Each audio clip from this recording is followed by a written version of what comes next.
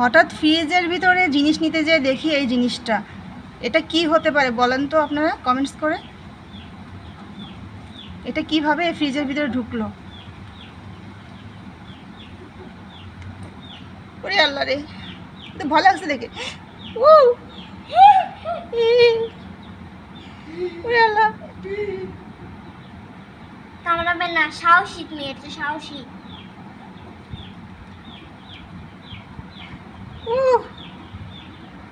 এটা ভয় লাগছে দেখে। এটা কি? এটা কি? কি করে উঠেছে আম্মা ও?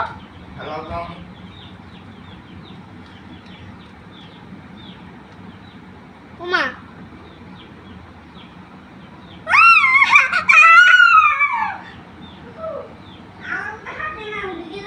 কিভাবে এটা গেল এর ভিতরে?